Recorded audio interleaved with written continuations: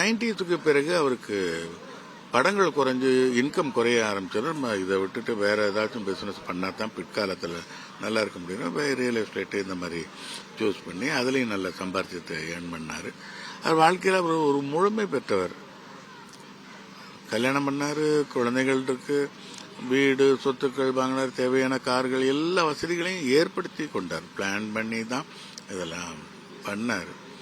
அதை நிறைய பேர் அதை விட்டுருவாங்க. இன்னைக்கு உள்ளதை மட்டும் பார்ப்பாங்க, எதிர்காலத்தை பற்றி நினைக்க மாட்டாங்க.